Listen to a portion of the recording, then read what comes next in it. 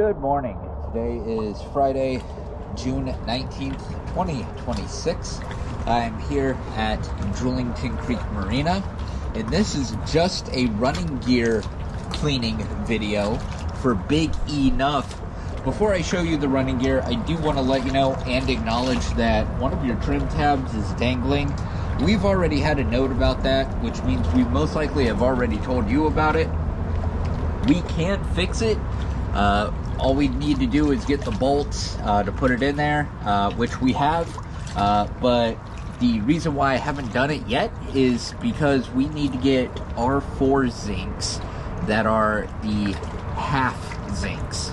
The bolts that we currently have and that are currently installed for your trim tab zincs, at least for the starboard side, is a little too big in order for us to connect it. That bolt's going to try and get into the fiberglass. But let's go ahead and check it out, and I'll show you what I mean.